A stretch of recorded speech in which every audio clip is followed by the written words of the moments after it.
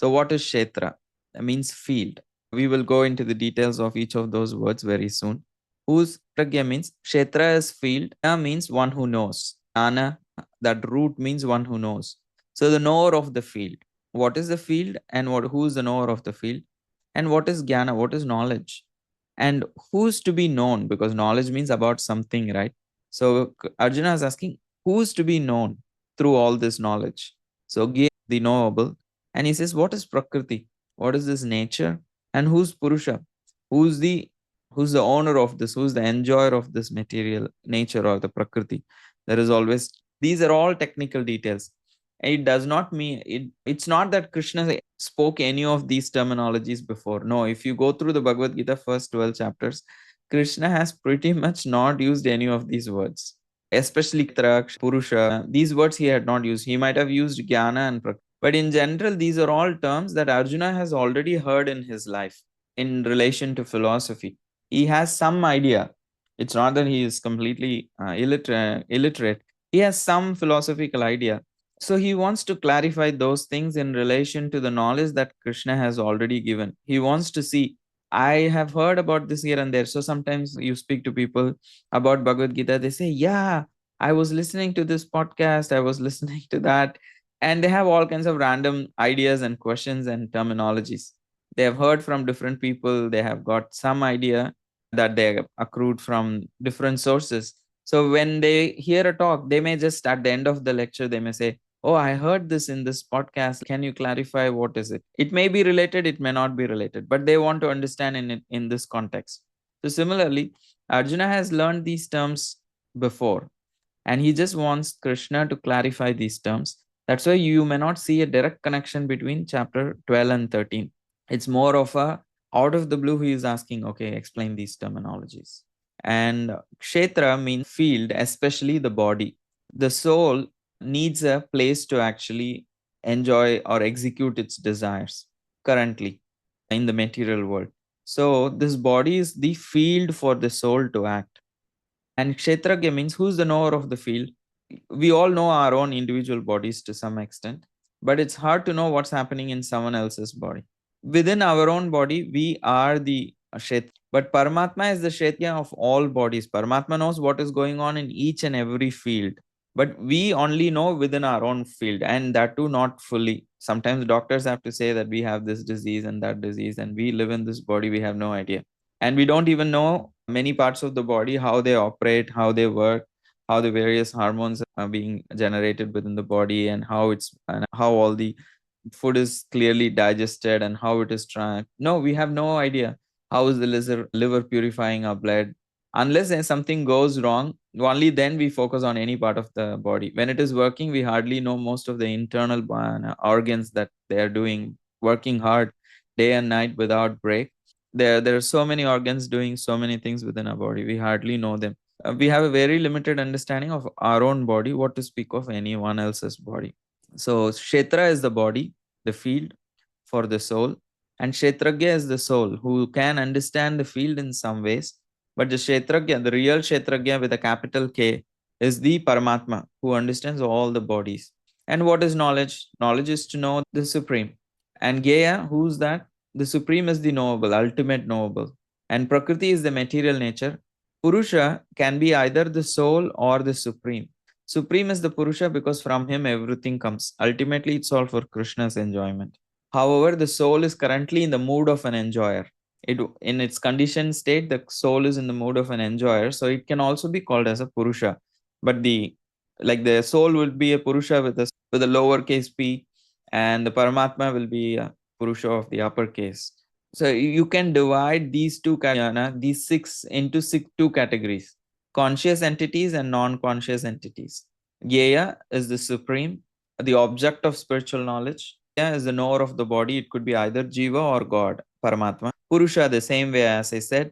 The enjoyer can be the Jiva in its material consciousness. It sees itself as the enjoyer of this material world.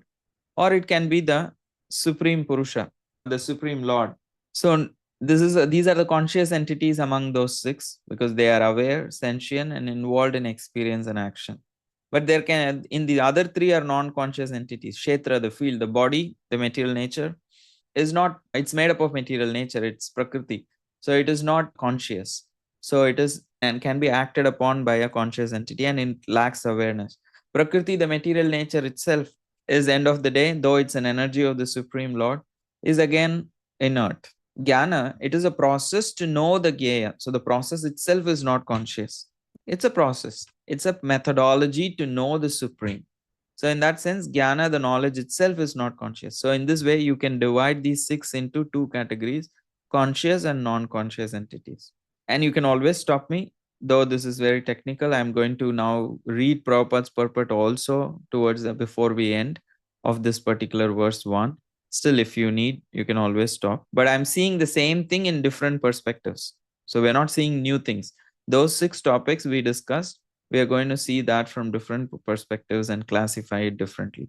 So, in another way, you can see the world, the soul, and God, Jagat, Jiva, and Jagadish. These three also another way. These are three tattvas which are explained in this particular verse: the external energy, the marginal energy, and the Supreme Lord, who is the source of these two energies. So these three tattvas are explained here. The first one is the tattva of the material energy, external energy, Bahiranga Shakti, and Shakti is also explained. And is the Supreme Lord, Ishva, is also explained in this chapter. So Kshetra and Prakriti, they both are Jagat. Kshetra is the individual body, Prakriti is the overall nature. So our own individual body is made up of the 5 elements and the 3 subtle elements. And the material world is also made up of those material elements. So put together, they both belong to the category of Jagat, world or Prakriti or matter. And the soul and the super soul and the Purusha, it could be when you consider the Purusha as the individual soul, and the individual soul which is conscious of the particular body in which it stays, in that perspective, this can refer to the jiva, the jivata, the soul. It is conscious, unlike the matter which is inert and material, but its consciousness is limited within the body. It is limited within the particular body it is inhabiting. So that is why the jiva is also conscious, but it is limited. Whereas Jagadish means the Ishwar, the owner of all. Isha means controller, the controller of the material world. Jagat, Isha. Jagat is world. Isha means one who controls. One who controls the Jagat is called as Jagadish, God. So he is the Purusha, but he is the supreme Purusha. And he is the knowable, who is to be known through the process of knowledge we are going to discuss in this chapter. And he is also conscious like the soul, but he is unlimited. He knows all the kshetras, all the bodies, what we are thinking, what we are feeling, what we are doing. He is aware of everything. So he is omniscient. So his awareness, consciousness is unlimited. So that is the difference. The matter is inert, material. The jiva is conscious but is limited.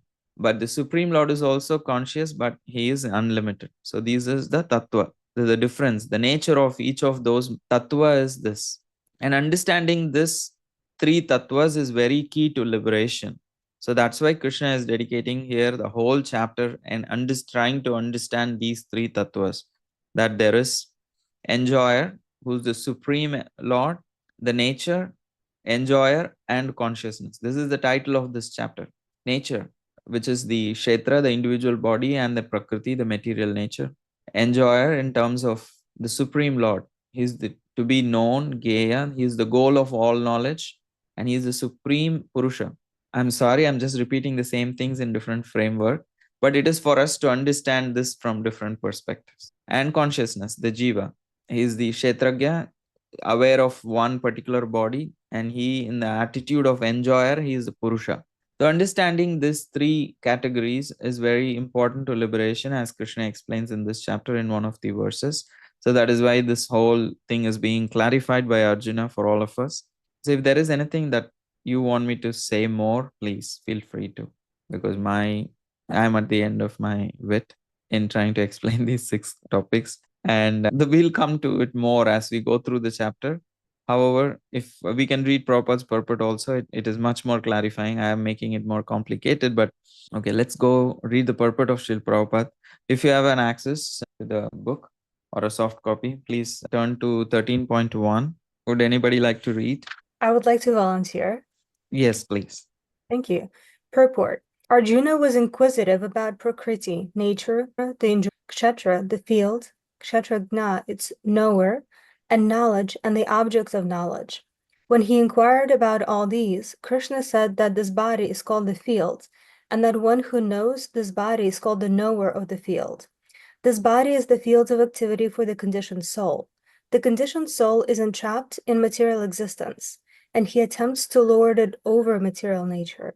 And so, according to his capacity to dominate material nature, he gets a field of activity. That field of activity is the body.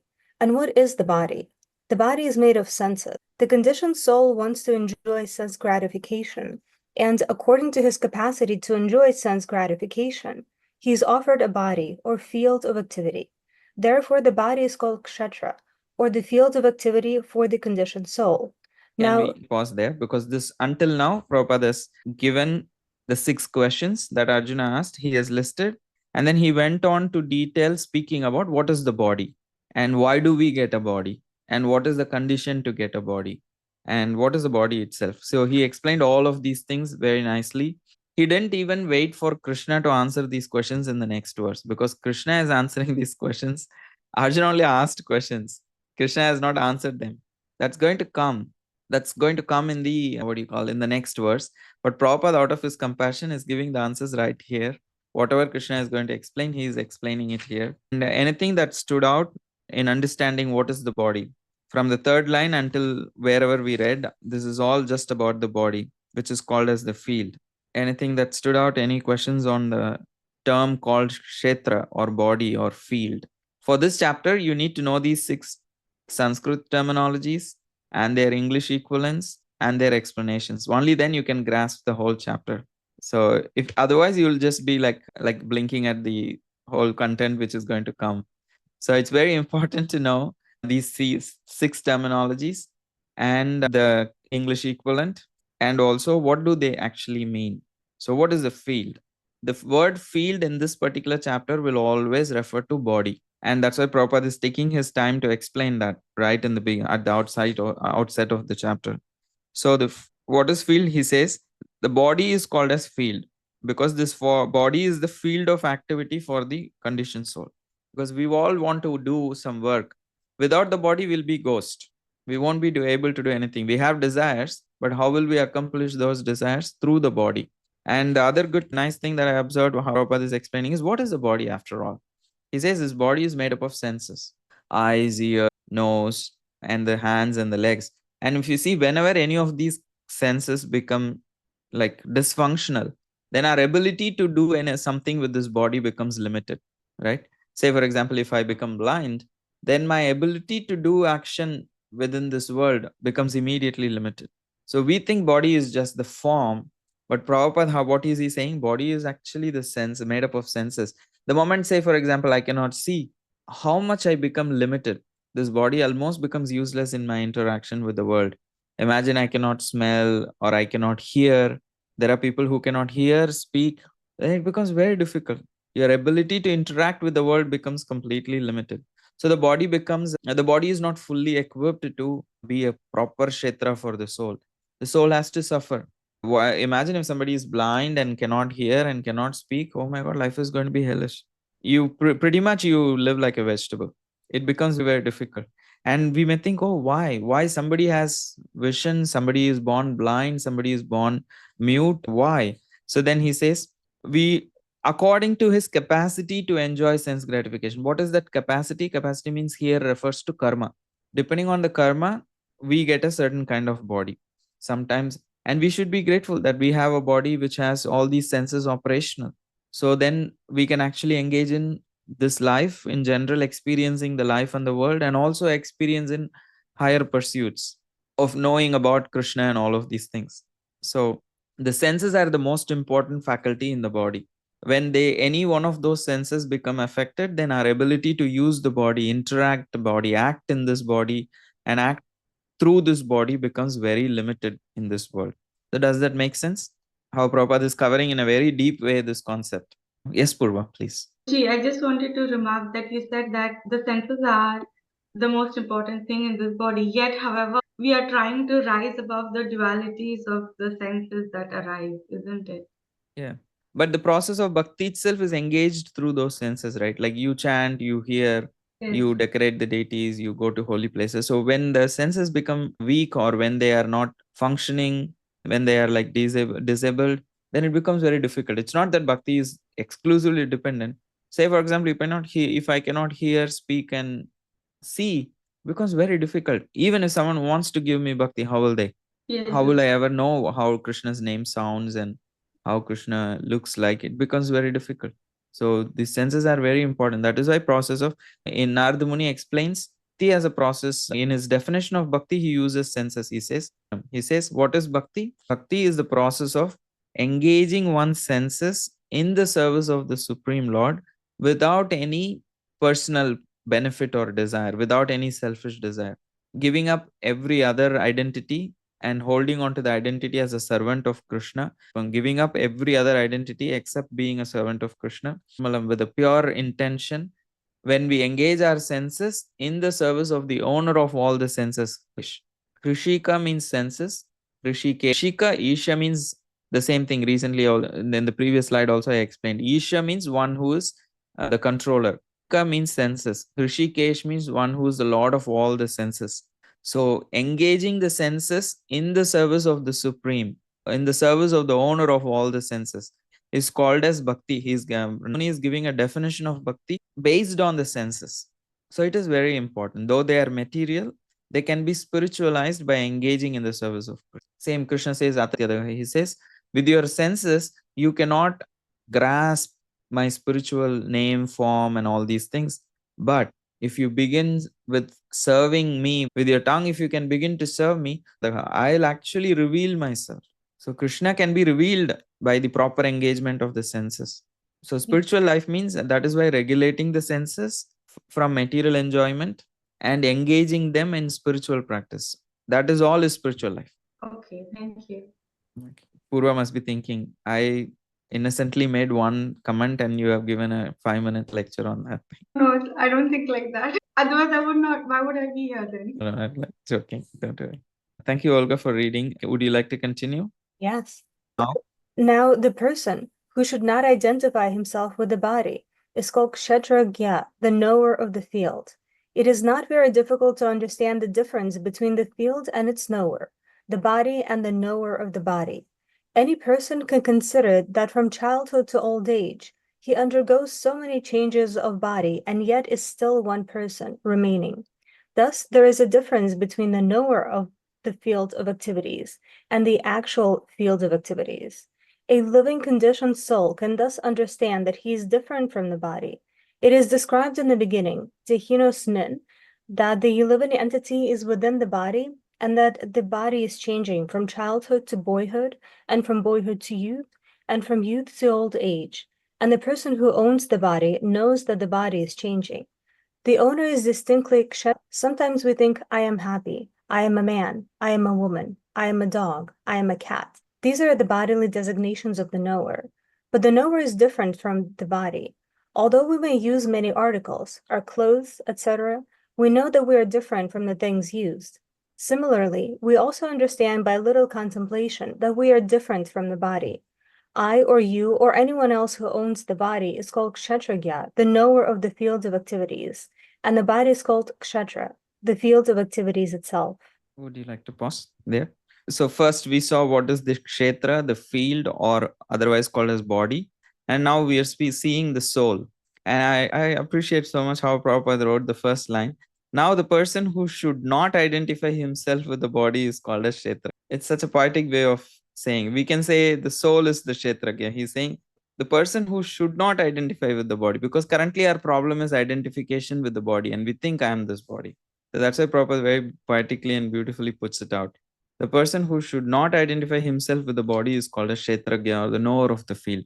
We are supposed to know the body, not identify with the body. Anything else stood out for anybody else? Yes, in Madrindra. I'm sorry, I'm getting a little confused. So the knower of the Kshetragan. Yeah. I thought that was Krishna. Okay.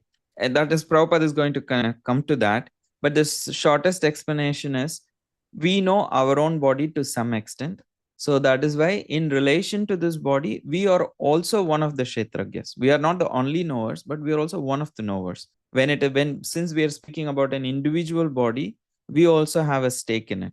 We also know to some extent, because the body itself is existing for the sake of the soul, because Paramatma does not need these bodies. If the soul did not exist, Paramatma will not maintain this body. When the soul leaves, then the body is dead and gone.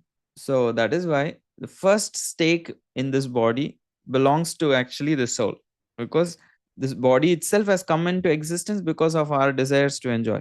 So if the soul did not have desires, the body won't exist. So the individual soul has the biggest stake for the existence of the body. So that's why Kshetragya here is considered as the individual soul. But Krishna will also clarify that how he is also the Kshetragya, who is existing in every body. In relation to the single field of activity, the soul has the highest stake. Does it make sense? So this is why Prabhupada says there is a difference between the knower of the field of activities and the actual field of activities. So Yeah, there is a difference between the soul and the body. The body, yes. Yeah, because the terminology is very complicated, but if you replace everywhere the field as body, it becomes very easy to understand.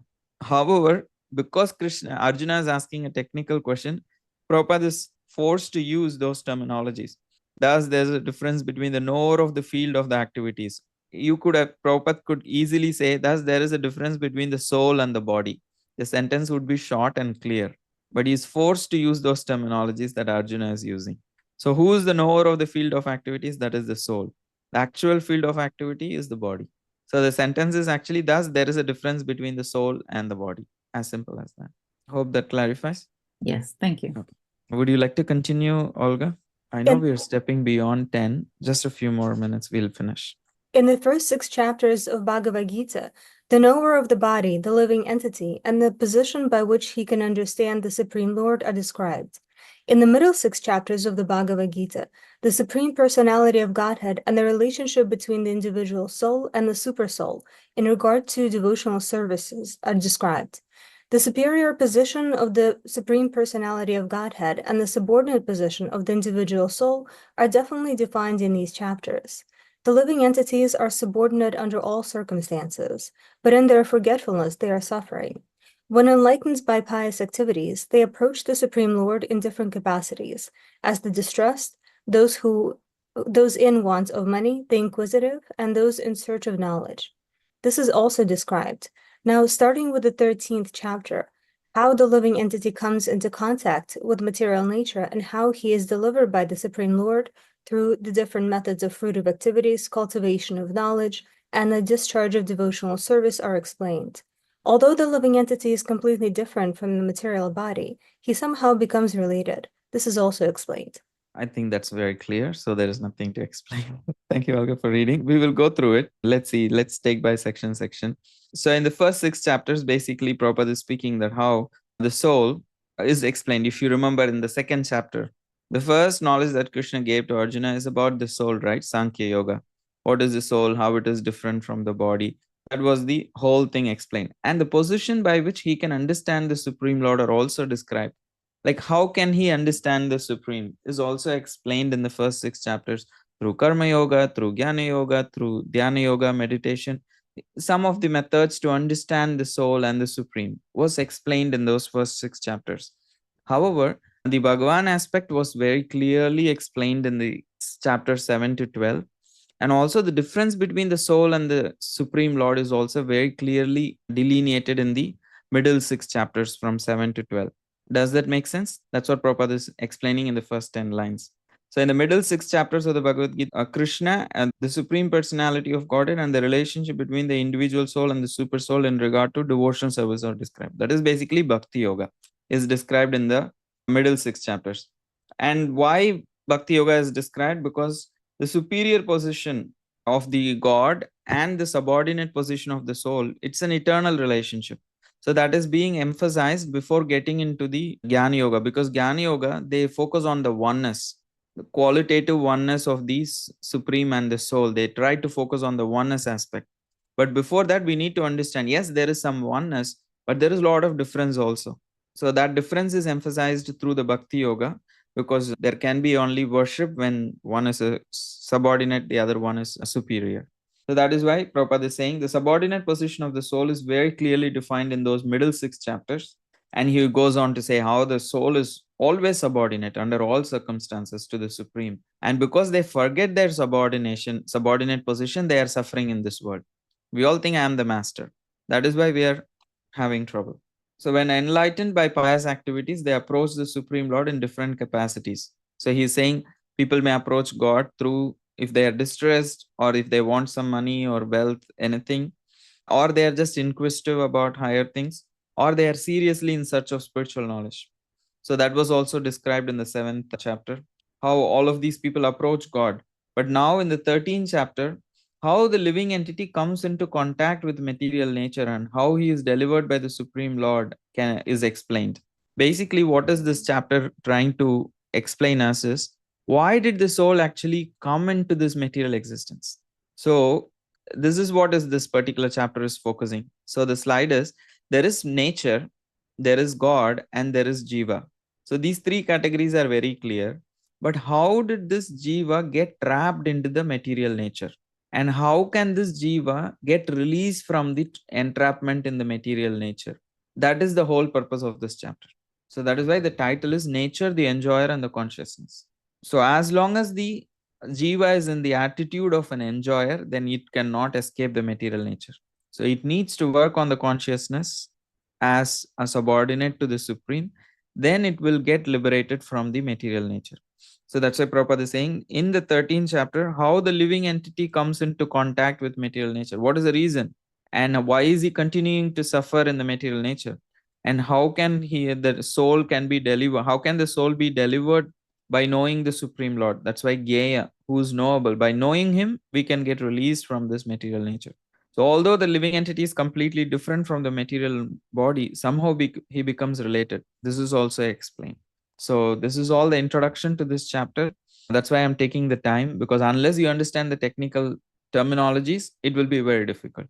So in the coming week, again, we will start, and I'll come up with, now I spoke this, I have little more understanding. I'll come up with more slides to make it even more simpler.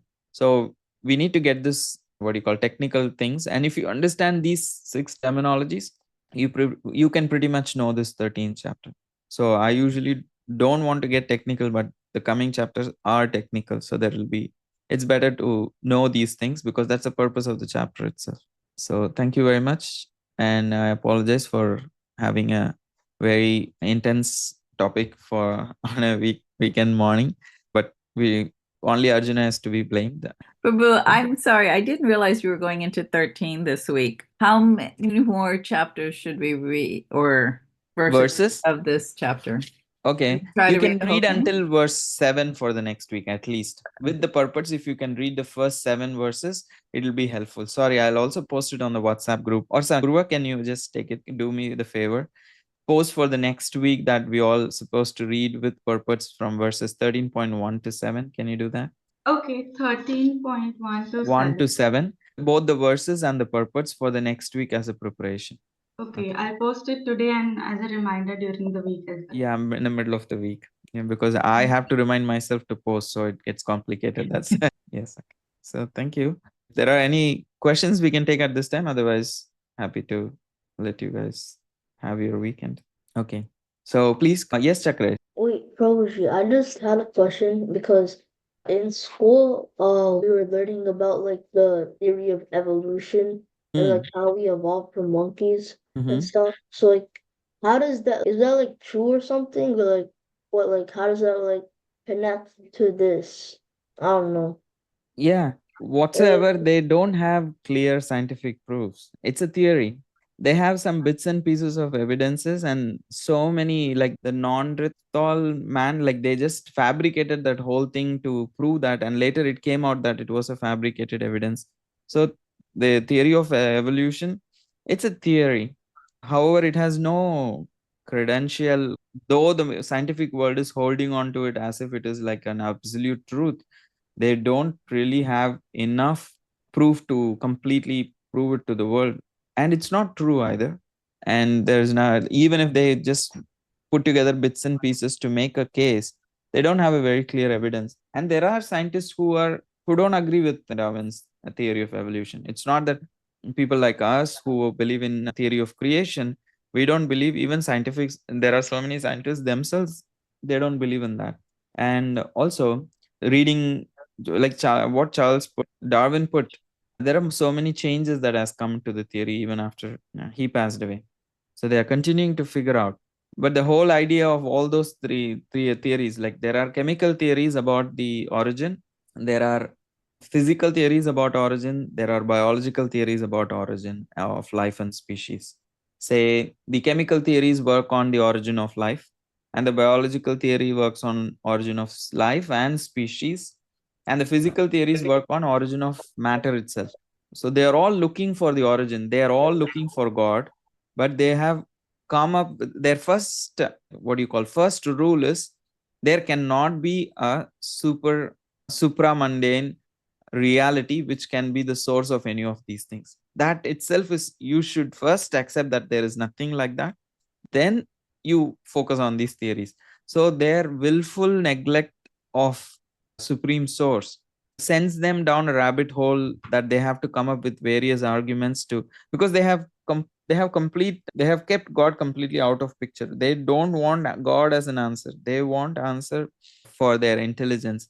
But the problem is, even with the best of their intelligence, they cannot say where the matter came from. They may say, oh, the whole creation came from the bang, and all the matter just exploded and this beautiful creation came up.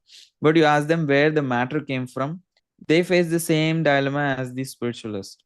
Oh no, the matter existed from eternally. So do you want to believe in an eternal mass of lifeless inert matter, or do you want to believe in a conscious God who's behind? And despite all of these, origin of life, origin of species, origin of the universe, ask them what is the purpose of all of these things. Okay, we believe that the universe came up in this way and the species came up in this way. And why? What is the purpose of all of these things?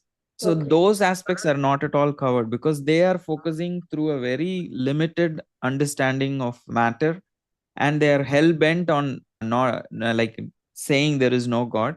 And because of that, they cannot even give any meaning to this whole existence. So why you and me have this deep need to know constantly? Even they have a need to know everything, but why? So those aspects are not covered by science, and science in its 125th anniversary edition, the Science magazine, it accepted that consciousness, feelings, emotions, these are all not, still the science is not able to explain any of these things. Even if they are only speaking about origin of the species and the bodies, what about the consciousness, which is different from the body? So they themselves understand, they themselves acknowledge there is consciousness, there is feeling, there is emotion, but we don't know how to explain it through science. Because a robot seeing a red color and me seeing a red color is very different. Likes red color, and somebody else may not like red color. If a bull sees the red color, then it tries to attack, it sees it as blood or fire, basically. So that emotional processing, that is not explained by them. So they have a very narrow understanding to that there cannot be a God. And because of that atheistic viewpoint, they have power in hand, and they have the whole academic world in their grasp. So they're just putting out agenda. Even when they don't have enough proofs, they just go on as if they have proved everything and shown that, as if they were there for millions of years watching the dinosaurs and all of them go to extinct and how their next species comes. There's so much controversy in that theory of evolution. If one species evolved, then why is it continuing to exist? Why are you seeing so many species at the same time? If you evolved from one to another, then the survival of the fittest, that should not have existed. But all various species continue to exist. You read the theory of how giraffe came about, how sharks came about from Darwin's theory. It looks like a cartoon, what do you call it, children's stuff, like a children's comic stuff. They say because the giraffe wanted to eat more in the season when there was less. So then because of that continuous extension, it developed a longer head, giraffe. But grass is always in the ground. If trees can come up, grass should surely have come up also. And also, how did the dolphins come about? The sharks come out. They say the bear was extending its mouth for such a long time, then it became fishes. It's such childish stuff. But because they have the power and the academic world is having all the influence, they shut all everybody else's mouth, and they actually don't let any opposing evidences to be published. Millions of evidences have been found all over the world where they have found age differences. Like there are different bones found in different spheres like stratostropes, which contradicts their timeline, but still they don't let those things to be published. So there is a whole book called as Forbidden Archaeology, that how there is a knowledge filter. Anything which tries to match to their theory, that's what they let it, they publish. They don't publish any opposing evidence in this world. And there is so many scientists have found firsthand so many evidences which contradicts the timeline of the theory of evolution. But because there is more power and more people accept that, and they are all atheistic, the common thing that ties them is that there cannot be a god who is conscious. But proving all of these things, there is no meaning to life. And these people also want to be the pioneers in their own field, want to be known as the most decorated scientists, most groundbreaking pioneers in their own field. So they do a lot of politics. And then sometimes if some other opposing theory comes, they bash it and they put it down. So they do all of these things. So it's not that the scientific world is like completely honest about every one of those theories. To this extent, they keep saying Pluto is a planet. Sometimes they say it's not a planet. Sometimes they say there are 9 planets. Sometimes there is less planets, more planets. What is the truth? All of my childhood, I memorized and wrote exams Neptune, Pluto, and then they come and say no, the Pluto is no more a planet. And then again they come back and say no, we thought it's not, but now it's again a planet. Are you kidding us? Like how far this can go? So there is no, what do you call? Yes, the technology part of science is useful to us. You and me today, sitting in different parts of the country, we are able to speak to each other in live because the technology works. That does not mean everything that the science says works, because they did not create this radio frequency and all the waves that is existing. Krishna already created it. It took them millions of years to understand such facilities there in the material nature. And now they have discovered it, they are utilizing it. They did not create this facility in the material nature. If the waves and the vibrations and the energies did not exist, the bandwidths did not exist, they won't be able to accomplish what they are accomplishing. That facility was already in the material nature. Krishna has created. It took them so long to figure out, oh, such things exist. And sometimes many of these inventions are accidental. They try to do something else and they end up discovering something else. And the radio frequency was found, and then all these wireless technologies, now transmission is happening. They did not create this facility itself. They have found the technology to exploit this facility which is already available in the material nature. So with all of their best of their knowledge, they are trying to mimic nature. They have not created anything different. Artificial intelligence creates so much, needs so much intelligence. But what about real intelligence? Who has created that? And for what purpose? Even artificial intelligence, you are using it for a particular purpose. So what was the purpose for which this intelligence was given? To create artificial intelligence? No. To understand what is the purpose of this world and what is the reason for our existence. And those answers cannot be given by cannot be answered. Those questions cannot be answered by these theories, be it the chemical theories or the biological theories or the physical theories. Krish, I know I didn't answer. I went on a rant against the scientists, but I hope it gives you some perspective. Yeah, thank you, Prabhupada. Okay. No, after listening to this, I just had another question. Yes. Even though I know that science is not like honest and everything, but we're just like learning it at school and everything. But do you think like the dinosaurs are real or something? Because Yeah. it's just Yeah, because in a different age, different kind of animals would have existed, and with the Yuga cycle, they can go extinct, and we may still find traces of their things, because between the Yuga, the creation is not completely wound up. So that's why you can find millions of years old species and bones and all these artifacts which are like thousands of years old, and caves and all these things are coming out. Like every time people keep finding newer things, because between yugas there is thousands and thousands of years. So the Vedic time is cyclical. So the same planet Earth is again used for various yugas. So things can be there, and the more you excavate, the more things can come. I know in my own native traditional classical literature, there are description of whole cities which are underwater now, And they are excavated with the modern technology. They are able to see that there is a whole city lying under the sea. So imagine that the whole city is being washed away underwater, and also the planets move, the continents move, expand, they get covered with water, more space could be recovered. So it's much more dynamic than what we think. In 10,000 years, after 10,000 years, how the world would be can be very different from the map that we use today. Some of the parts of the world can be underwater, especially places like New York City are highly prone to go underwater in another less than 1,000 years. So there will be no trace of such a civilization existed, because we are always floating in cloud, right? All our knowledge, all our content is all in the cloud.